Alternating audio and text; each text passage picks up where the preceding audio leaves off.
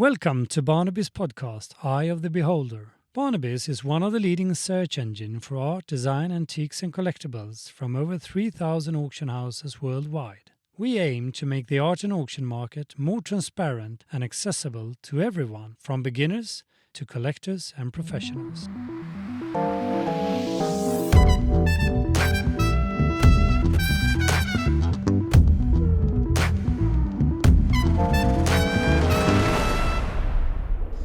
The art world is not as glamorous as many of us think. In today's episode of Barnaby's podcast, Eye of the Beholder, we have with us one of the world's most famous art forgers, Tony Tetro. Together with Giampiero Ambrosi, a writer, investigative reporter and producer of documentary films, who together with Tony has written the book Con Artist, The Life and Crimes of the World's Greatest Art Forger. Welcome to Eye of the Beholder. So, Tony, it is not every day you sit face to face with one of the world's most renowned art forgers. For those who might not have heard of your career, can you tell us how you got involved in the world of art forgery and what initially sparked your interest in this particular line of work? I think you should all know that it's been 34 years since I was arrested, so everything happened a long time ago. It's really kind of easy to explain how I got into it. I was trying to be an artist, and it didn't work. I liked old masters, and I'd like paint a Rembrandt and go to art fairs.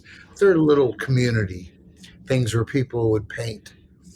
And most of them would have paintings that took them a half an hour to do, and people would buy a painting that matched their sofa. And nobody wanted to pay for my Rembrandt because I spent weeks on it. So anyway, it didn't work. And then my wife and I were shopping, and I was bored, picked up a book called Fake by Clifford Irving. Clifford Irving became a popular character. He did the Howard Hughes scandal. He wrote a fake biography about Howard Hughes. But anyway, he met this art forger named Elmer Dahori. And I picked up this book and I read it. And I go, I could do this. And I kept reading it. I could do this. And that's it. I did it. I sold a Modigliani, which was way too high to start with, but it worked. And I got $1,600. And this was 35 years. Oh, no, this is 50 years ago.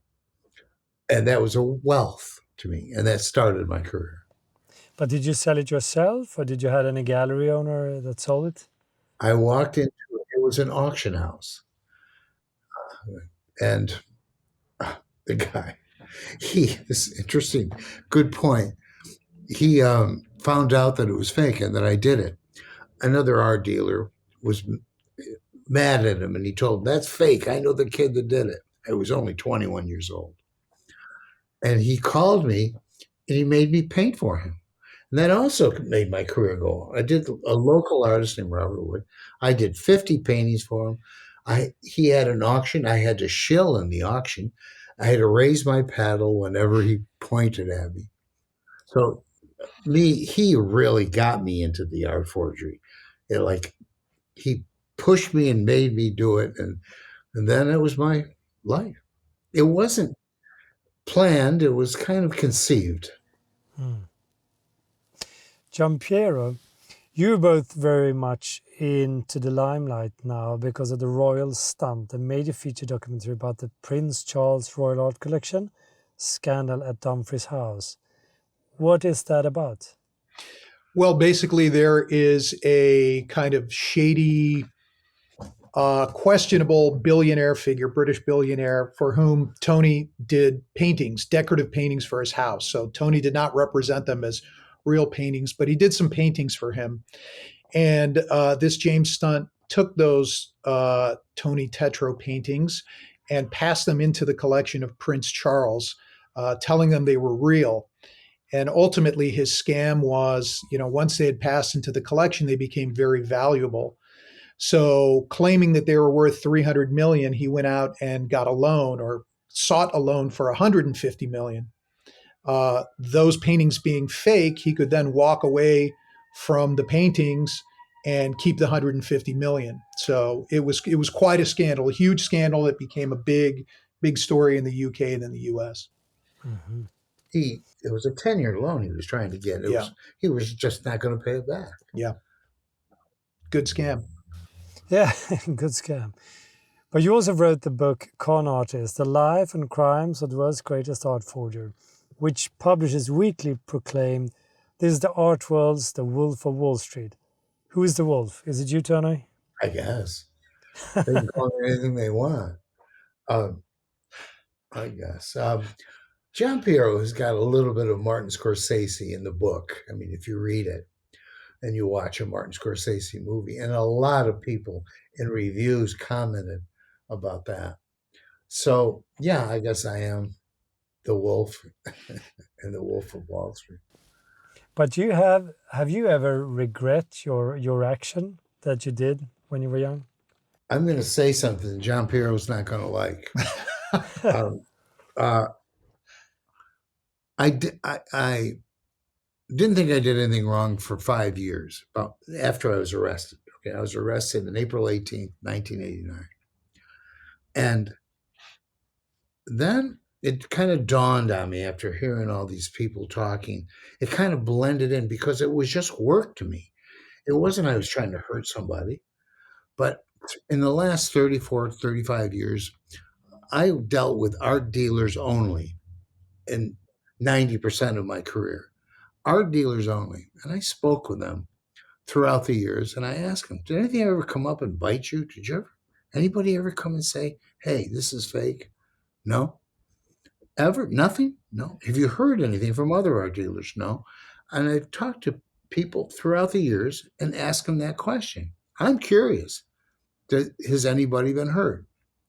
So far, they haven't. My work has kind of blended into the community. I've gone into one museum, not many, and saw my work. I know they're in collections. I don't know what to tell you. I have the belief that I don't regret it.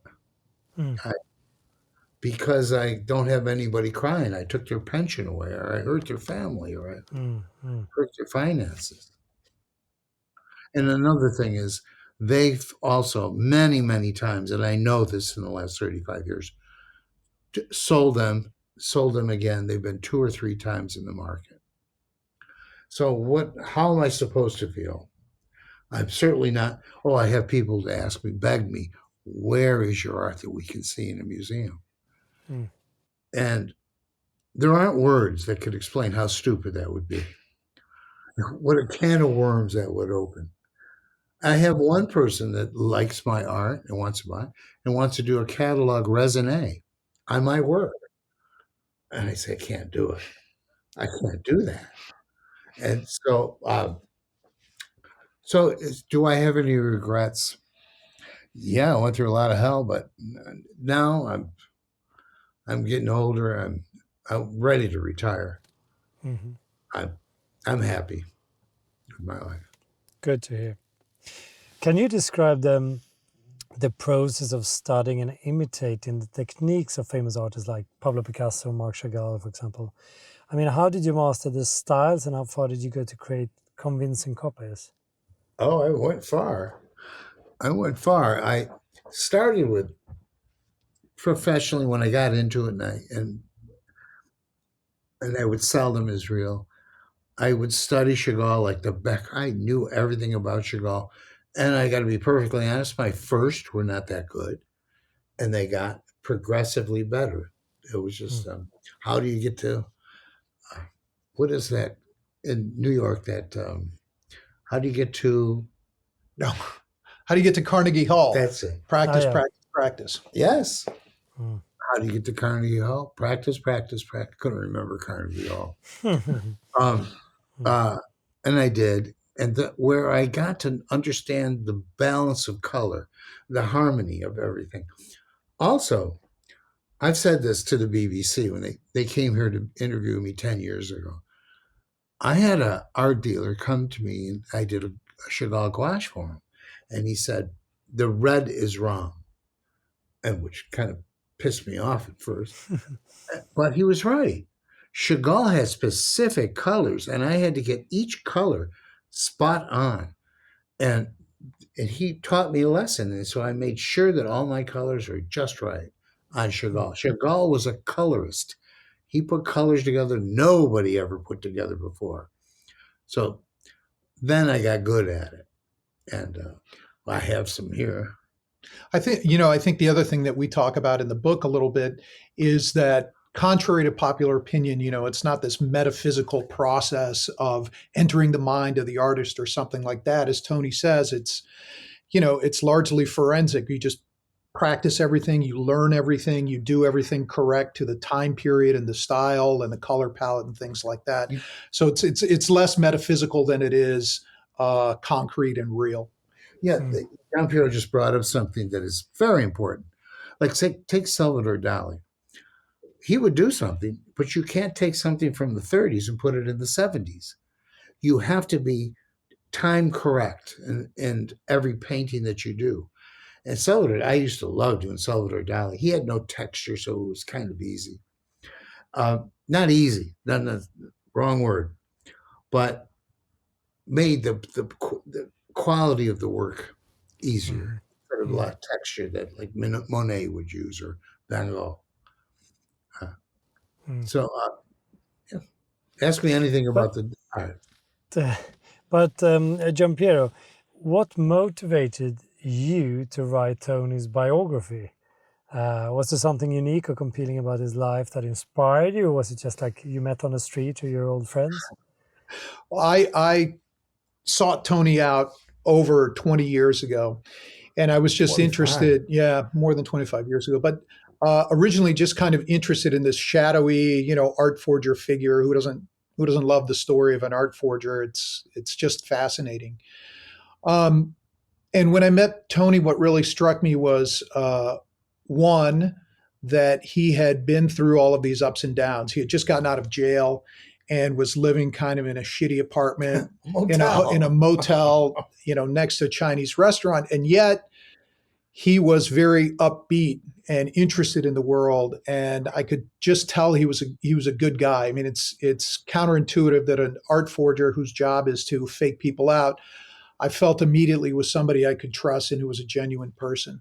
So that was really interesting to me. And then the other part that I thought was really interesting in the book was understanding his passion for and insight into art. Like I'm quite interested in art myself, but less so old masters and things like that. But learning from him, like what was the passionate interest in pieces of art was really insightful and interesting to me. So I wanted to bring that to life, and I'm just very interested in anything that peels back the veneer of a world and shows me what's really happening behind the scenes. I mean, that's kind of the journalistic impulse. What he was expecting when he came down to see me, he lived 50 miles from me.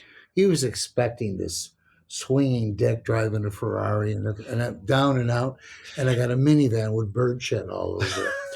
So he was the opposite of what he expected. I think that inspired him too. Yeah. But that was more sympathetic for you then. But did you ever feel like you were deceiving buyers, collectors, and the art community as a whole with your copies, or? Excellent question. And it was like I went to work and punched a time clock and started working. Every morning I'd get up, have a cup of coffee, and start working. I loved to work early in the morning, when you get up. And there was even a thought of, I'm deceiving somebody. And as it turned out, I was. If I ever had somebody come up, I think it would have stopped me.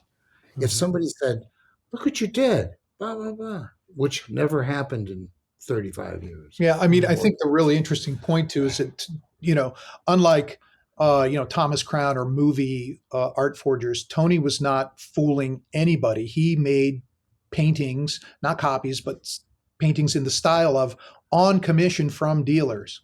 So dealers would say, I need a Picasso or I need a Chagall. He didn't really fool anybody. If anyone, it was kind of the dealers who were representing them to clients. Here's a Well, question. I want to say something that you're not going to ask me. mhm, There was an art dealer, and I sold him a lot of stuff. I sold him Dalí's, I sold him Chagall, I sold him Picasso.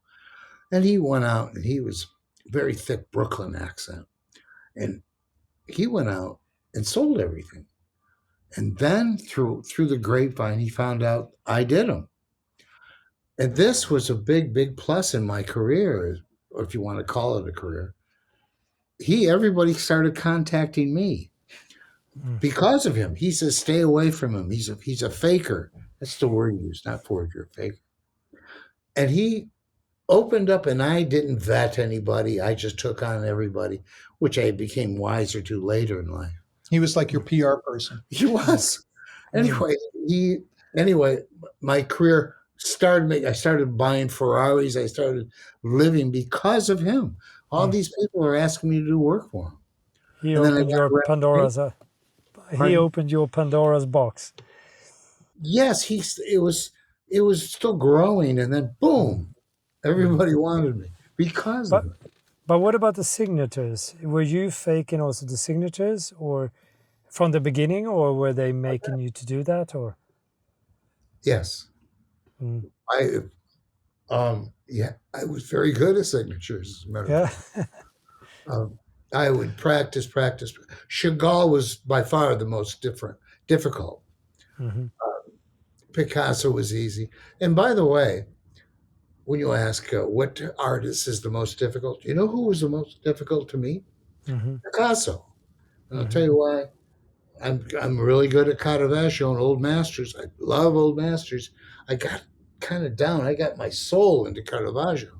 Hmm. But Picasso, not that many people really are into Caravaggio, but I can get by it with Caravaggio. Picasso, sometimes he used house paint, very, very liquid paint. Hmm. And not always, but in the beginning he did that a lot. A lot of people know Picasso's work, and they can see immediately if it's not right. And Picasso's are not as easy as people think they are. Hmm. And I would be disappointed. I did 2 Picassos for this one art dealer, and I bought canvases. I could have flown to Paris and bought them. When I was doing this, there was no internet, and so I bought paints from Montmartre, and I would strip them and use them, and I Mm. charged a lot for them. I paid $7,000 a painting way back, and then destroyed them, which is wrong on so many levels to do that. And that's how I did my Picassos. Hmm. Writing about someone else's life can be immense responsibility. But how did you approach balancing objectivity and empathy in portraying Tony? Yeah, I mean, it's an interesting balancing act, and from a journalistic perspective, I guess a memoir is a little bit different than a third-party biography. So the memoir is Tony's subjective elements are Tony's to have and hold. So my job in the subjective elements, like preferences, I like this artist, I don't like this other one, or I feel this way, I don't feel that way, is his business. My job there is to, kind of keep the record straight on factual stuff, but then also to, this is a person who's told a lot of these stories over 40 years. So my job is to probe that story and find out what are some of the missing elements. What are the things that maybe he isn't aware of or doesn't realize the implication of, or what are some of the missing holes, and to bring those out. So, Tony and I actually fought. He was very mad at me a lot because I would ask him hundreds of questions over and over from different angles. You're also talking about some of this stuff 50 years ago. So you really have to kind of probe everything. So I think the balance is, he has a right to his story, but also it has to be probed and plumbed for depths and different viewpoints. And he did probe. Also, we've been hanging out for 25 years. I mean, talking to each other. And he always I bring up something. He knows my life better than I know it. He has a better memory than mine. And he, this is, I'd say 25% of what I told you. And he edited it just to the key points that were what the readers would want to read. And he did it so well. He made it interesting on each chapter, where if you heard the whole story, it might get boring. You know, if that makes any sense to you. Yeah. He edited brilliantly. I mean, it is a point that I envision this. I'm a person who's interested in art, but I'm not interested in super esoteric stuff that nobody's going to be interested in. So it was very important to me that this demystify the art world. For people who don't know anything about art or old masters or anything, it should be accessible to them and interesting and capture the passion that Tony feels for artists. But your talent as a master forger didn't just stop with art, right? Because you also used a 1958 Ferrari TR replica that you made, right? So what was the intention behind this project? Because I was in Monte Carlo, and I read a magazine that was in English. I was in a bookstore, and I was reading a magazine that was in English. And Ralph Lauren, the clothes designer, bought a Testarossa, and he paid $150,000 for it. He bought a real one. I go, oh my God, I'm talking about in the early 80s. Oh my God, that much. And then I was at a Ferrari parts dealer, and he had the taillights. If you can believe the taillights to a 1958 Ferrari Testarossa. And we literally went forward on it. I got the best body maker in the United States. His name was Scott Knight. Scott Knight. He won Pebble Beach, Concours d'Elegance. His cars won at least 3 times as best of show. And he made my body. And I had a Ferrari engine. I had a Ferrari with a V12, same V12. And I just worked. It took 6 years. It was just, that became a passion to get that right. Never drove it once. I got arrested and I had to sell it. But you sold it. Oh, yeah. I got a lot of money for it. But I didn't get as much money as it cost me. I'll tell you. I paid, I had about $300,000 and I sold it for $210,000. But you had a lot of fun, I guess. It was like, yes, it was the anticipation of driving it that never happened. But have you ever, I mean, you said you were arrested, but have you ever faced financial and legal consequences as the result of your forgeries being exposed? Oh, of course, I went to jail. Well, I had a good attorney. In the United States, if you do over a year in prison, you're a felon. And I went to a county jail. They built a studio for me, and I painted the whole time I was in jail for them. And traffic safety. I did like the Mona Lisa driving a Ferrari, wearing a seatbelt. But where are those paintings today? I have no idea. Still in jail? This woman read about me. I can't even remember her name. I don't want to remember her name. Do you know her name? I don't remember. Okay. She read about me in the paper, and she got a federal grant or something to pay me, and she made money off of it. And she would tell me what to paint about traffic safety for people who did not understand English, so they could look at it and be visual. And I did that in jail. They built a studio for me. So there are out there somewhere, the paintings. Yeah, I don't know. And I did a painting for a mural for the city of El Monte. That was part of my sentence. But art forgery not only affects buyers and collectors, but can also have implications for art historians and researchers. Do you think your forgeries may have affected the study of art history? Is it on that level? Question. I can't answer it. I don't know, because they're out there. Will they affect it? Or is it automatically affected? I don't know. It's not up for me to Th- judge. I don't think. this is where Tony and I have disagreed. So, his sincere feeling is that it's a victimless crime. Not And victimless. Not every, right, but and my sense is that at least, if nothing else, the art history is altered. could be altered. Yeah. So we've Hmm. disagreed on this, but Hmm. Hmm. But Giampiero, the success of your book confirms it, but people seem fascinated by art forgery. But why do you think people are so interested about the topic? I think that people are interested in scams and crime generally. I mean, I Hmm. think that's just true.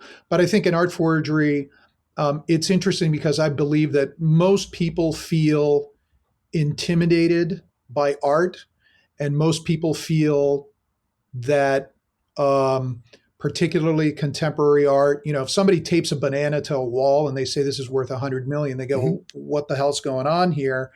And then the art world sort of tells them, well, you're too stupid to really understand. When an art forger comes along and says, look, this is all bullshit, and the people who are telling you you're stupid are frauds, it's a very empowering feeling. So I think that's a real big motivator, generally, for why art forgers are kind of revered or liked, or their crimes forgiven, generally speaking. Um, and also, it's not like anyone's getting murdered or terrible things are happening to people. It's sort of seen as a gentleman's crime. So I think people are really interested, and also in anything that shows you what the world really is like. Hmm. You know, and I think that's, we talked about Scorsese, but I think that's what Scorsese does in Goodfellas or in Casino. You peel back this veneer of what seems to be reality, and you see how things really work. Mm.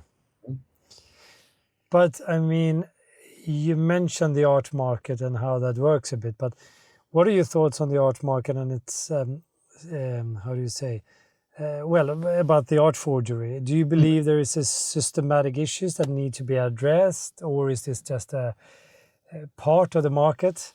I I I think Go ahead. I think that, art forgery in the way that Tony did it and conceived it is not really possible today, particularly with old masters. There's just too much technology that's available. There's too much digital record keeping. There's too many tracks. So I don't think that's possible. But the kind of thing that we uncovered in the Royal Stunt in the Prince Charles art forgery scandal is a different kind of scam, and that is, it is today very possible to get a circle of, studio of, follower painting that you can buy for $10,000 at Christie's or whatever. You can buy a Van Dyke follower for £10,000.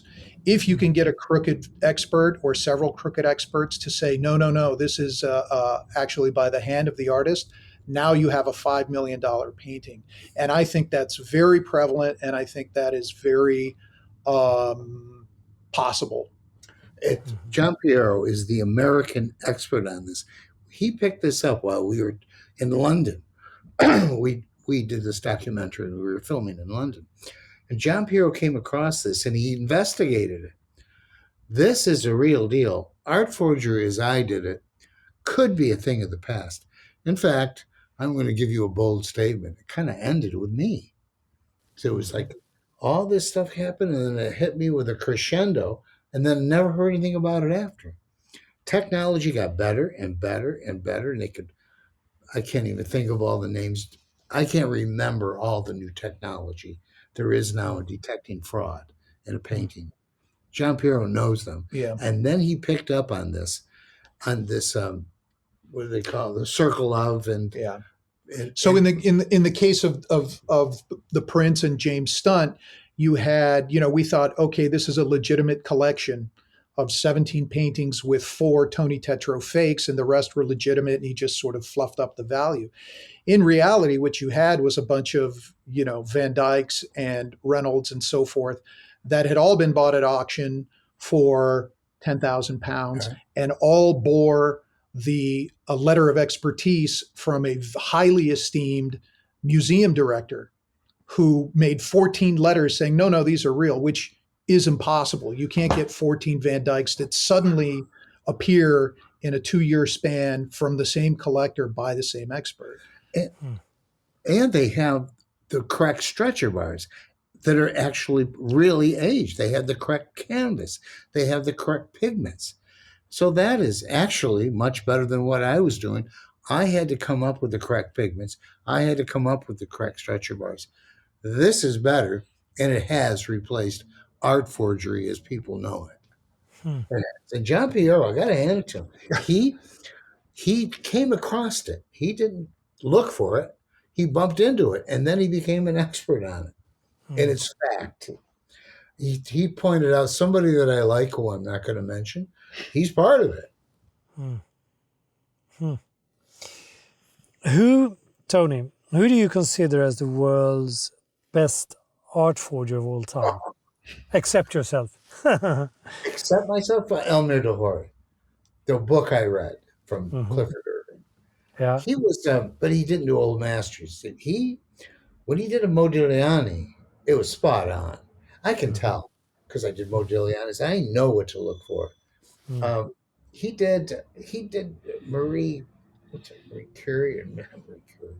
He did some Dufy, Raoul Dufy. He did a lot. He did second degree painters, but Modigliani was his, and Picasso. He did Picasso. He did Chagall, but he did them well, very well. In fact, he got arrested. The French government arrested him before he died. I think he killed himself. They were going to put him in prison in the 70s. But in his day, Tony points out that in his day, all he had to say was, I was friends with Picasso, or, I got this from an Italian noble family that wishes not to be named. And that was all the provenance. No, that was Von Meegeren. Von Meegeren would say, this is a Tony Tetro quote. Today, provenance is more important than the painting itself, because you have to. If you don't have provenance, you haven't got anything.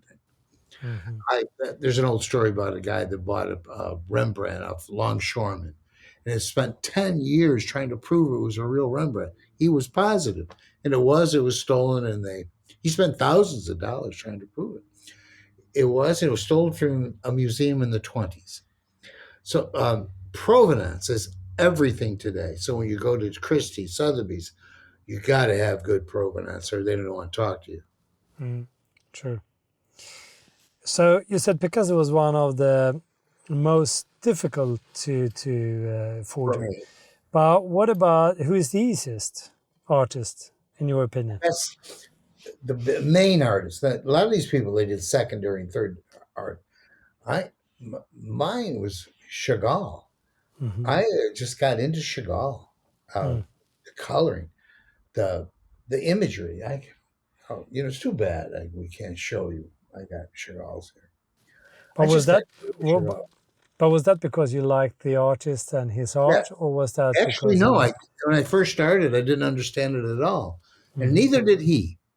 He had this thing. He'd start doing something, and then he'd add to it. And I know how he worked. He would look. He had jerky strokes.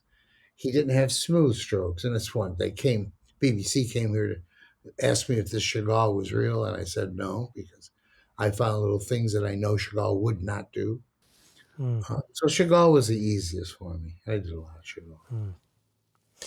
Giampiero, has this piqued your interest in writing about other art forgers as well, or will this be the book? Or I think I've just spent the last 3 or 4 years deeply involved in all things art forgery. I may take a break, although I think there's definitely much more to be said.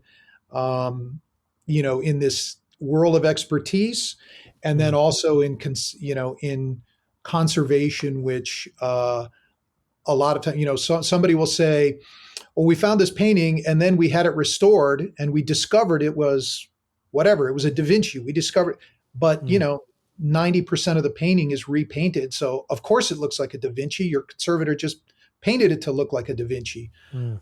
So I'm kind of interested in that, but I don't know that I'm going to write another, 300-page book about art forgery. Maybe.